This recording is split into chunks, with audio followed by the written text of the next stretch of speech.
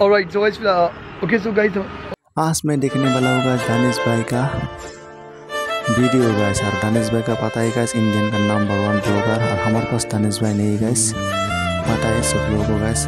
मी से दानिश भाई और देखो गाइस आप लोग दानिश भाई का blog. Alright so guys okay so guys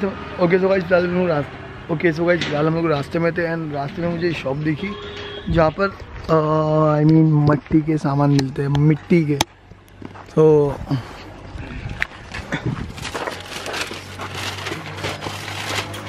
मैंने ऐसे ही आवाज़ बाई किया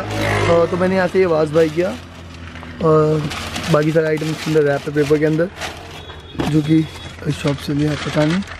सो वही वॉशरूम 20, लेटरिन 20, टॉयलेट 10। कैसा लगा गाइस दानिश भाई का ब्लॉग? आप लोग जरूर कमेंट से जरूर बताइएगा। मिलते हैं गाइस नेक्स्ट वीडियो में।